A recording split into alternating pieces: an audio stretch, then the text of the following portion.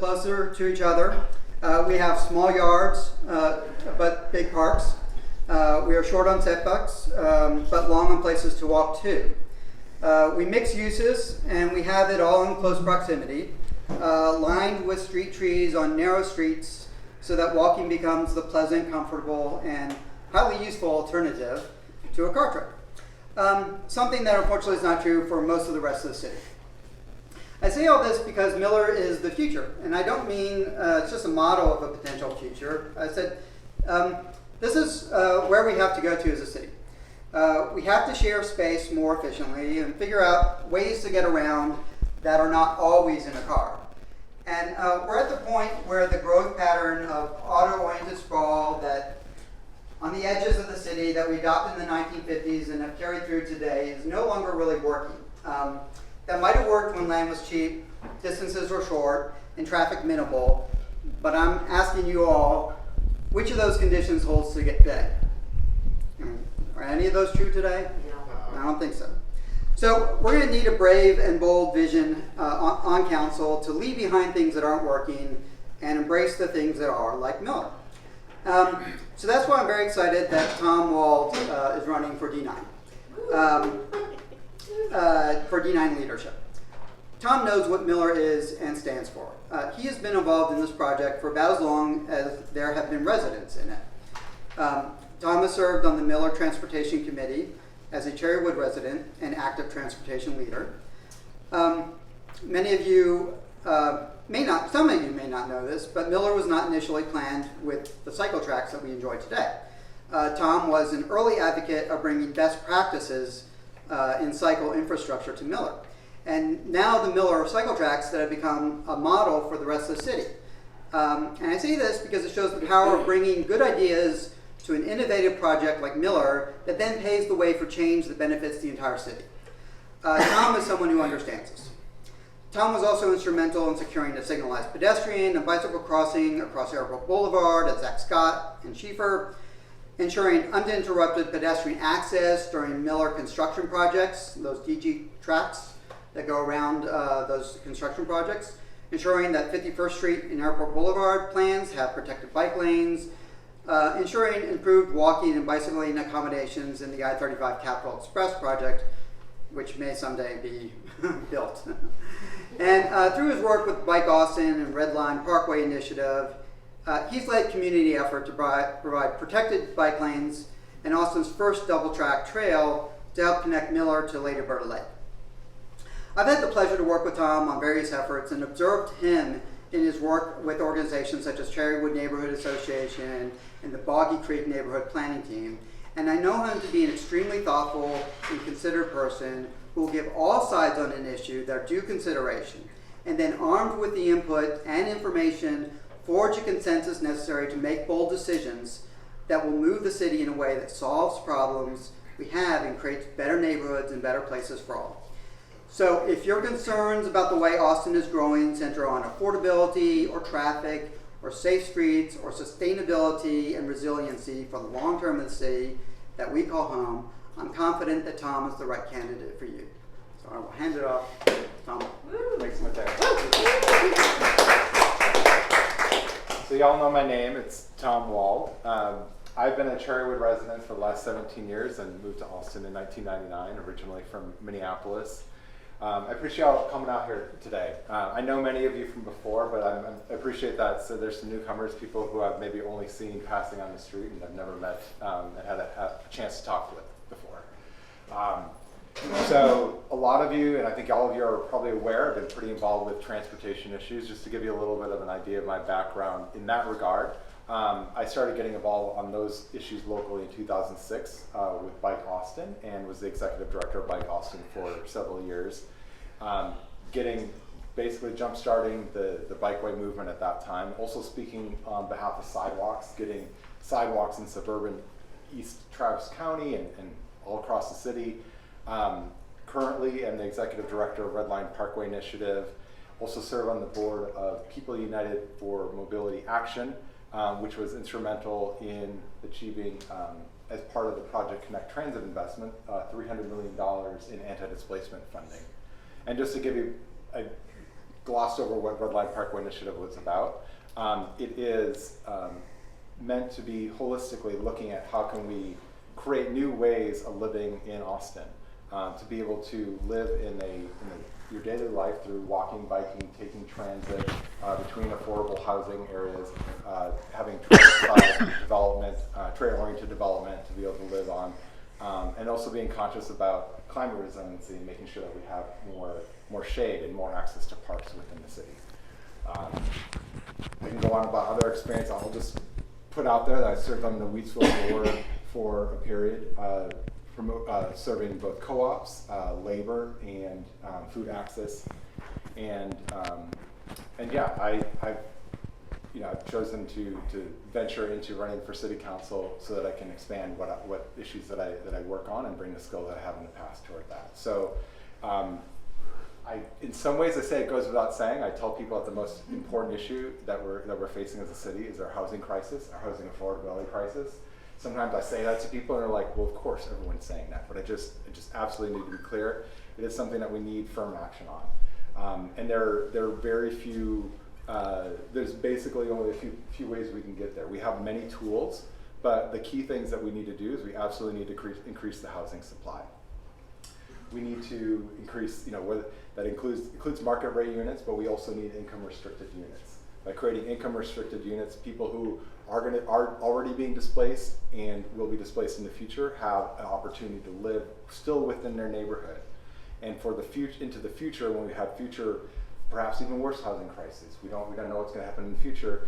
We have these income restricted units banked up in order to ensure that our community continues to have a diversity of people based on incomes and wealth levels and racial backgrounds. And then, of course, we need to have subsidized housing. And thankfully, I'm hearing that there is going to be a subsidized housing ballot initiative this fall, and that will get us on track toward ending homelessness. So these are terrific things. Some of these things are going to be set in motion, and we need to make sure then they get implemented. So housing is critical, and it goes beyond even just affordability. It includes, housing types. So when we think renting, we're always going to have renters and we're always going to have homeowners, and they're both important. They both serve a really vital part of society. But what we can do is, right now we have such a vast chasm between a single-family detached house and then larger apartment complexes. And most people aren't going to be able to own a 100-unit apartment complex, right?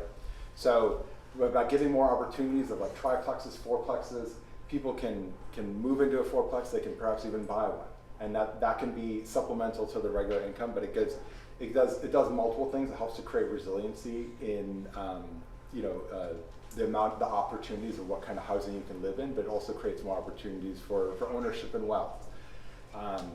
And there are many other opportunities for increasing our housing supply that go into the public land that we have. We have a lot of public land that is developable, such as parking lots. Just to be frank, the city owns a lot of parking lot land.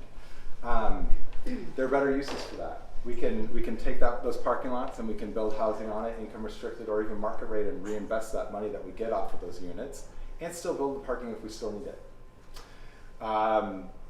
So beyond housing, my background in transportation leads to the next biggest important issue, which is transportation. It will continue to be. And while my background, I'm mostly known as the bicycling advocate. That's fine. I totally believe in bicycling. There's so much more we can do on it.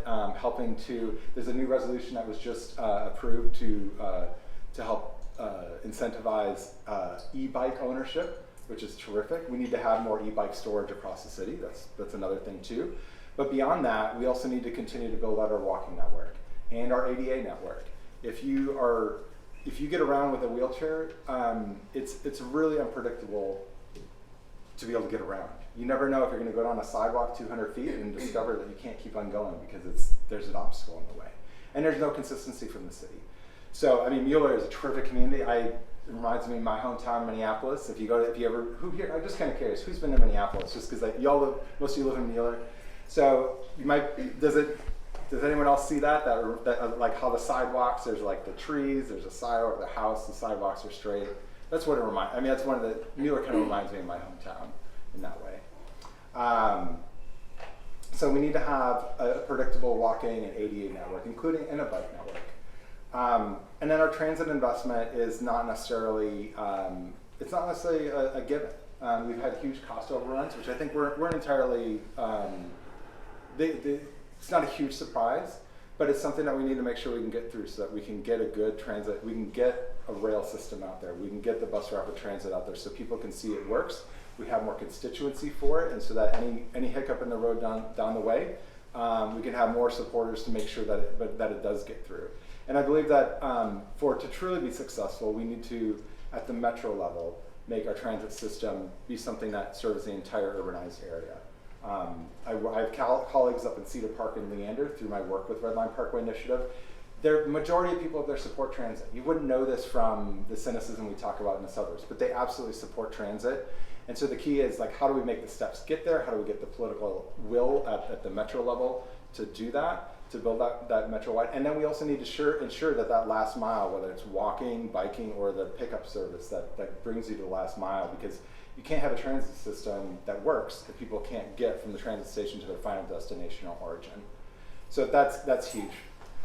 And then there are a lot of other important issues, but I think, a lot of these, when you talk about transportation, housing, these things cross multiple sort of needs. So I think that affordability is incredibly important. Climate change action is incredibly important. I could go on for probably an hour talking about issues, but I do think one of the essential other things that we need to have is we need to continue to have a commitment toward racial justice. So I'm a white male. You can't see that from up here. I will say my background is I'm European, right? And I grew up in a mixed race neighborhood. My experiences from my youth correlate with one of the stories I hear in Austin, where I would be with a black friend, and the police officer would come by, and they would question the black child, and they would not question me. It was so flagrant. And I also know, and I'll just say this too, I had some conversations about this, with my work with Bike Austin, I would talk with police officers, and you'll even hear this from police leadership. It's not that there's like inherently that there aren't police doing a good job with this. It's just that we do need to make sure that we stay diligent on it, that police serve the entire community regardless of race. And so, yeah, I talk with police officers, and they say, yes, there's more that can be done internally.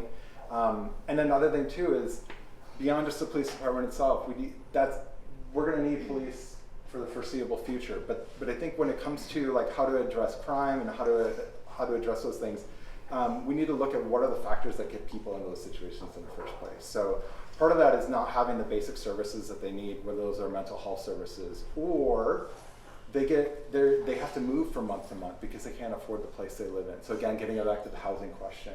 So serving people of all backgrounds, incomes, race, gender identity. Those are things that the more we can create a welcoming place, a caring place, and ensure that all people are brought along with the prosperity that Austin has, then that's how we work toward a future where we don't have to rely as much upon the reactive forces in public safety. And so I'm just going to come back to my experience and then wrap it up. And it wasn't necessarily a given. It was not necessarily a given that I was going to enter this race. I've been considering running for a long time. I felt that if someone was entering who had clear demonstrated results, accomplishing work in whatever area, whether that's housing, transportation, criminal justice, climate action, I could go on. If there was people who were entering the race who had demonstrated results on that, and we're ready to step up again on our housing crisis, and we're going to be ready day one to do that, then I wouldn't have necessarily run. It was not, it's a tough job. I mean, and I'll just say, I didn't mention this before, this is my first meet and greet. I appreciate y'all being here and walking me through on this.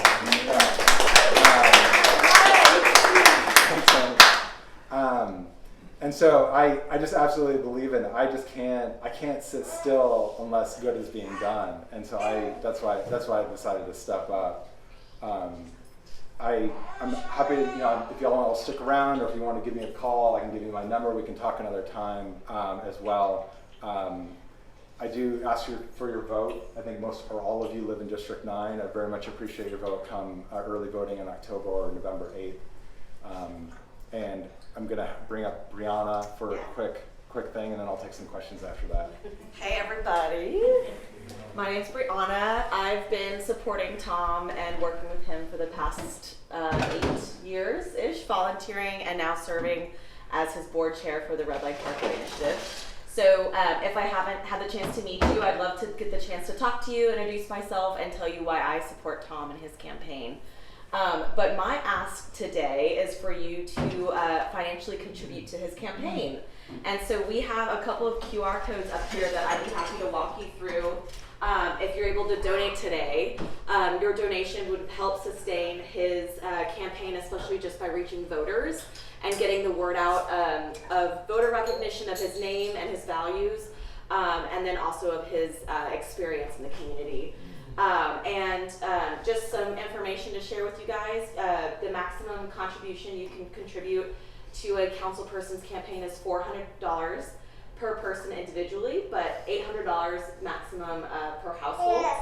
But anything you can contribute would be a huge, big thank you from us and from Tom as well. So again, let me know if you guys want to hear more about why I support Tom, or I'd be happy to walk you through the website.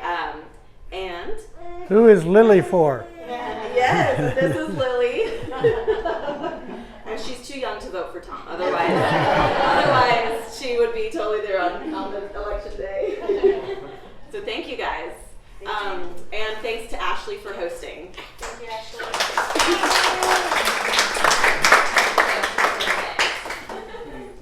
So we'll be sticking around. I can have one-on-one conversations, but I just want to see if there are a few questions from the audience. And if not, we can just figure it out. But any questions? Yeah, go ahead. Well, we were talking about this earlier, but maybe it would be an interesting subject for the whole group.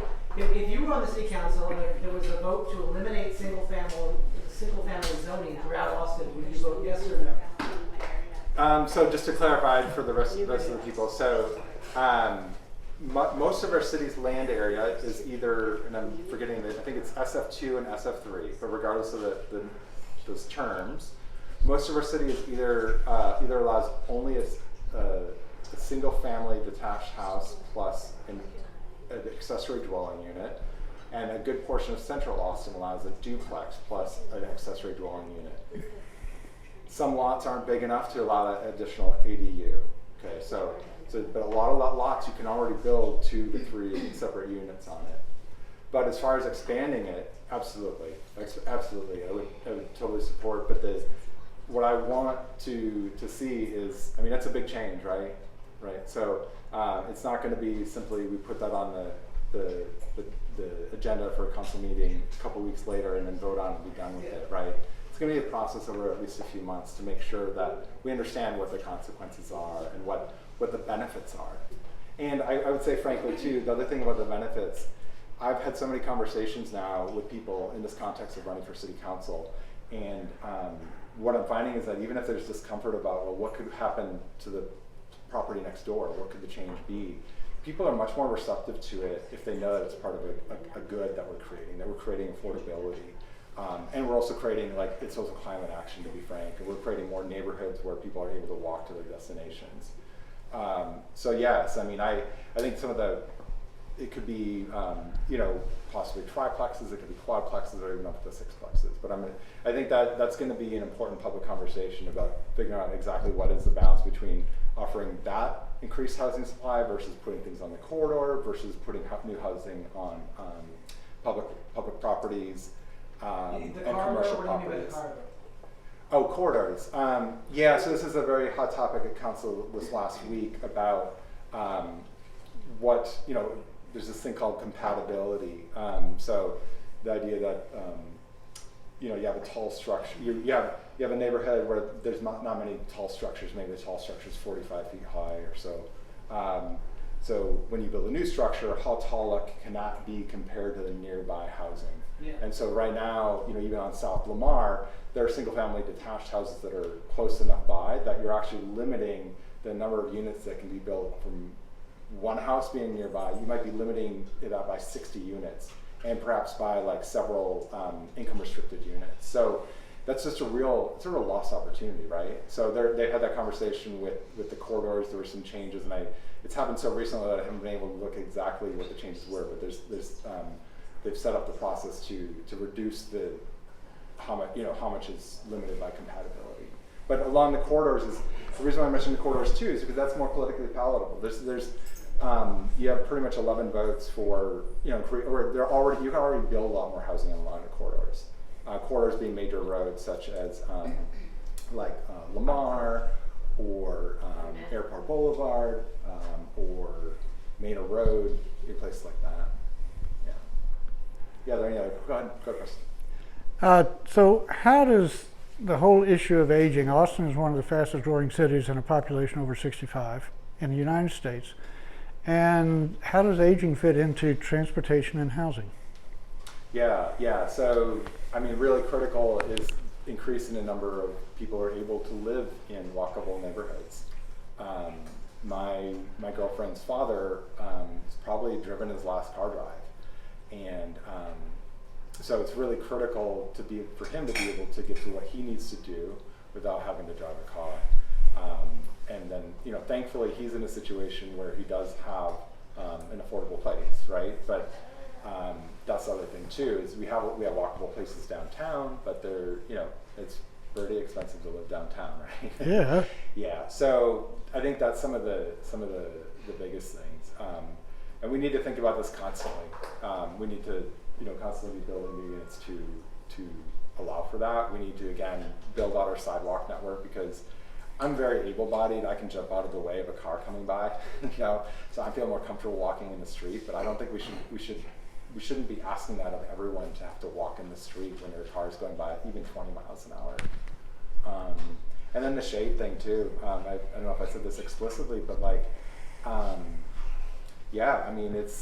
it's one thing to provide a sidewalk and safe place to walk, and maybe it's only a few blocks, but we need to be conscious about continuing to build up our trees. It could be 105 outside as far as what the temperature says, but it's actually perhaps 125, 130 if there's a lot of pavement around. And that's for people, whether you're old or just other health conditions. It's for anyone, it's exhausting to be outside for a long time when it's hot, so we need shade. Thank you. Yeah. Get a drink. Gonna try it. Yeah. Always have a breeze when you're biking. Really want to try it. Yeah. Any other questions? And if not, it's okay. I'll continue to be around and have conversations. I totally appreciate the newcomers coming out. I'm very experienced with working on issues and getting things done. I am not that experienced as a council candidate, and I'm learning very quickly. And I think one of the challenges is that a good friend, colleague of mine, I won't necessarily name who he is, but he's very well connected. He gave me a book, and I am reading it through because there's a lot of good suggestions in there about how there are different ways of being part of this, being part of an elected official, or whether it's a staffer, but part of it is the one-on-one conversations, part of it is forums like this. And then there are going to be press opportunities. There's going to be flyers and materials. So there's going to be tens of thousands of voters in District 9. I can't possibly talk with them all. I would love to, but that's just So how do we communicate with all of them? And I would say I'll just mention there are other and so there are other candidates doing the same thing, and it's just how it works. But I wanted to give you all a choice of someone who's been working doggedly on these issues for a number of years. Thanks for coming. Oh yeah, David. Yeah, I'm curious what your thoughts. I've been kind of sort of out of it, and I haven't had a chance to even look into the other candidates. Can you speak a little bit about your perspective and versus theirs? I'm not asking you to say anything bad about anyone, but just Sure. In terms of sort of your focuses or things that you think that you might be bringing to the table that, or maybe they're focusing on things that you're not, or vice versa. Yeah, and I don't want to. I will help by just simplifying it a little bit and putting it in terms that I think there's probably a lot of agreement on. So there's 7 candidates currently announced. There were 3 who announced in November. I announced late March, and then three additional ones announced last Monday. So maybe just working backwards, two of the more recent announced candidates are relatively relative newcomers. I don't know if they're going to have much, if they're going to get much attention. One is arguably a center right candidate focused simply on public safety. One of the recent candidates did join is someone who I've worked with quite a bit, and has been seen as a leader on issues.